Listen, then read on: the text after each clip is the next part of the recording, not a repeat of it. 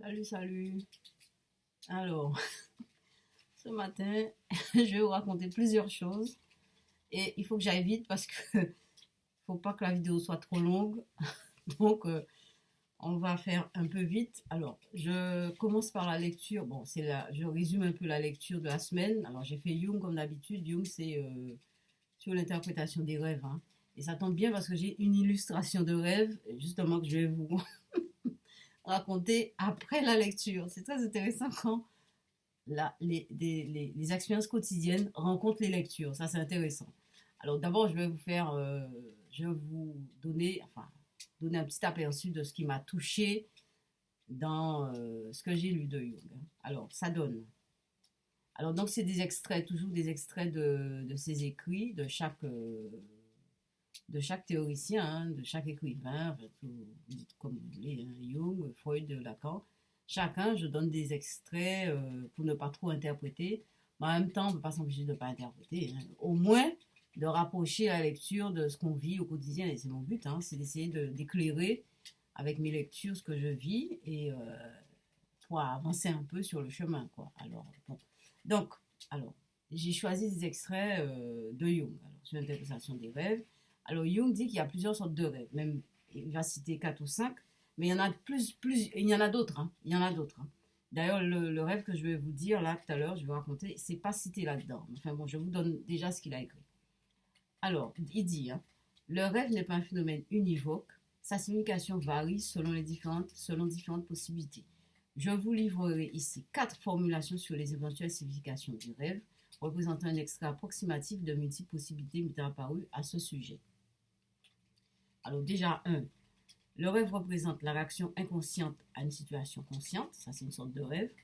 À une situation donnée de la conscience, l'inconscient réagit sous la forme de rêve dont le contenu se rapporte significativement aux impressions du jour où il est manifeste que le rêve prend sa source. Donc dans ce premier cas, le rêve s'inspire de ce qu'on a vécu dans le jour. Alors deuxième cas, le rêve révèle une situation issue du conflit entre la conscience et l'inconscient. Il ne s'agit plus, dans ce cas, d'une situation consciente qui aurait donné lieu à un rêve bien déterminé, donc, hein, mais d'une production plus ou moins spontanée de l'inconscient à une situation consciente donnée. L'inconscient en ajoute une autre, différente de la première, ce qui provoque un conflit. Vous voyez, c'est un peu plus complexe là. Troisième style de rêve, le rêve représente cette tendance de l'inconscient à vouloir transformer l'attitude consciente, c'est-à-dire l'inconscient se donne comme objectif d'agir sur la personnalité, mais ce n'est pas dans le mauvais sens. En fait, d'après ce qu'il dit là, hein, parce qu'on a toujours vu l'inconscient dans le sens pathos. Hein, bon. L'inconscient exprime dans ce cas une position contraire à celle de la conscience et plus forte qu'elle. De toute façon, l'inconscient est beaucoup plus fort que la conscience. Hein. C'est pas compliqué. D'ailleurs, la conscience vient de l'inconscient, hein. La conscience n'est pas comme ça, hein. La conscience prend sa racine dans l'inconscient. Donc, bon. Le rêve représente alors une rampe de l'inconscient vers la conscience. Ces rêves sont très significatifs et ont parfois pour effet de transformer l'attitude du sujet de façon radicale. Vous voyez? Ça, c'est archi important. Alors, quatrième style de rêve, le rêve révèle des processus inconscients ne paraissent avoir aucun rapport avec la situation consciente. Ces rêves sont extrêmement singuliers et du fait de leur caractère très particulier, sont très souvent difficiles à interpréter. Donc, ces rêves sont en rapport avec vraiment la personnalité. C'est là où on montre que l'inconscient vraiment, il n'est pas seulement éteint, enfin, il n'est pas seulement interdit, empêché de passer. Parfois, il prévient, il fait. Alors, je vous donne, alors, parce que ça fait déjà. Alors, je finis ces rêves, ces derniers rêves. L'apparition de ces rêves appartenant à cette catégorie constitue parfois un signe avant-coureur de l'apparition de maladies mentales de niveau sévère.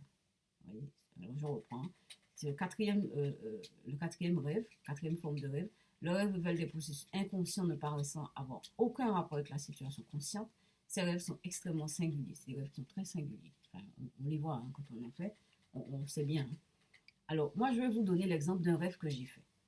Alors, je ne vais pas retrouver... c'est un peu un rapport dans le deuxième style de rêve qu'il dit, dans la deuxième forme de rêve, comme quoi l'inconscient vient transformer la personnalité où l'inconscient ajoute une situation, un conflit, etc.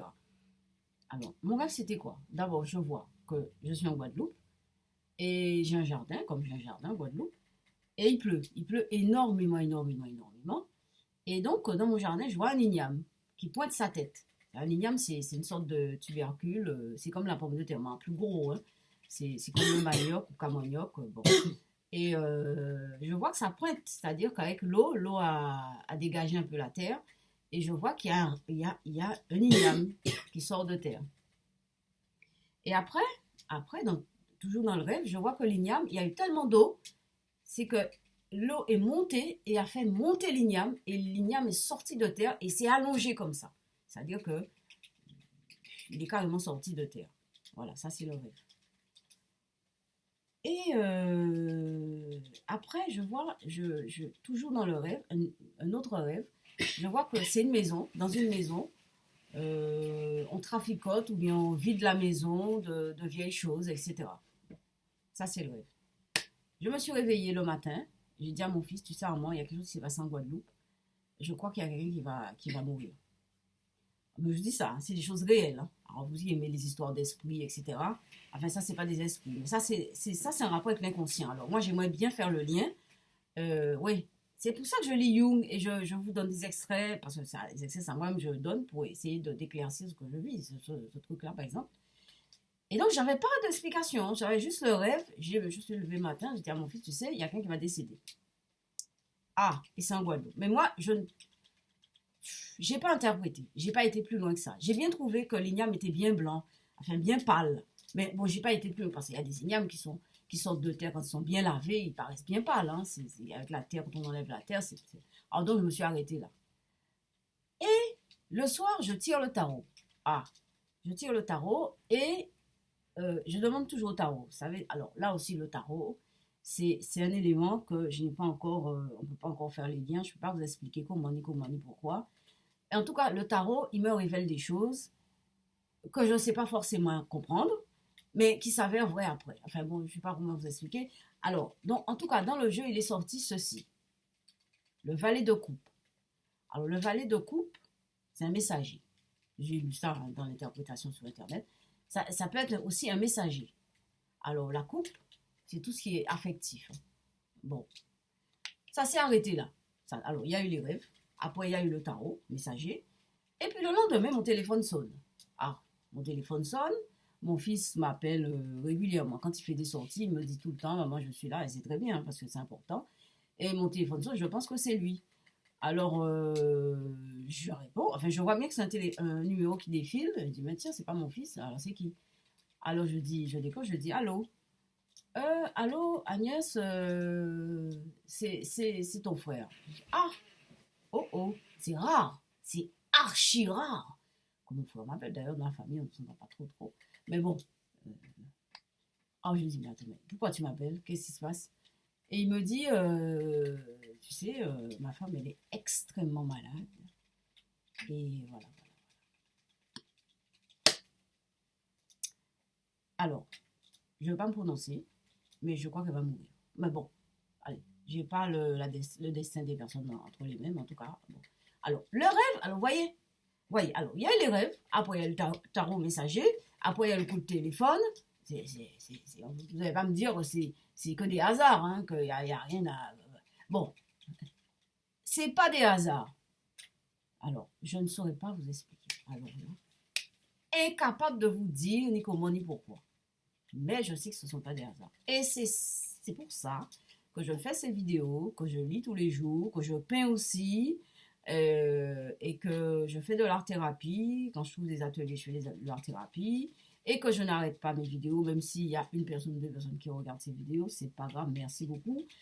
En tout cas, je fais ces vidéos, pourquoi? Pour me vider, parce que vous savez, ça me choque. Je suis choquée quand je rencontre des trucs comme ça, je suis choquée, j'arrête pas d'être choquée.